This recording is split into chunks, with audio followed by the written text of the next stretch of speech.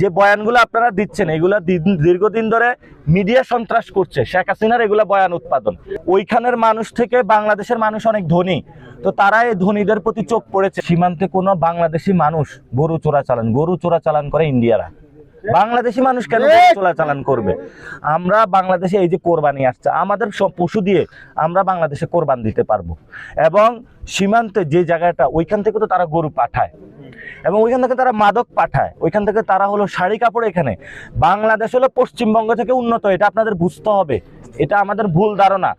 আপনি index ratio দেখবেন, ওইখানের মানুষ থেকে বাংলাদেশের মানুষ অনেক ধনী, তো তারা এই ধনীদের প্রতি চোখ পড়েছে বাংলাদেশের মানুষের কাছে কিভাবে বিক্রি করবে। এই জন্য হলো তারা সীমান্তে এগুলা পাঠায়।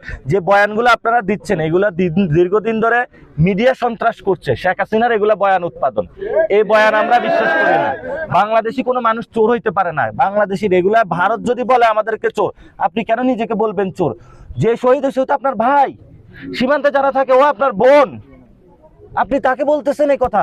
তাহলে আমরা যাবো কোথায়? বাংলাদেশিরা তারা চোর, তারা বাটপার, তারা বাংলাদেশিদের উপর অত্যাচার করে।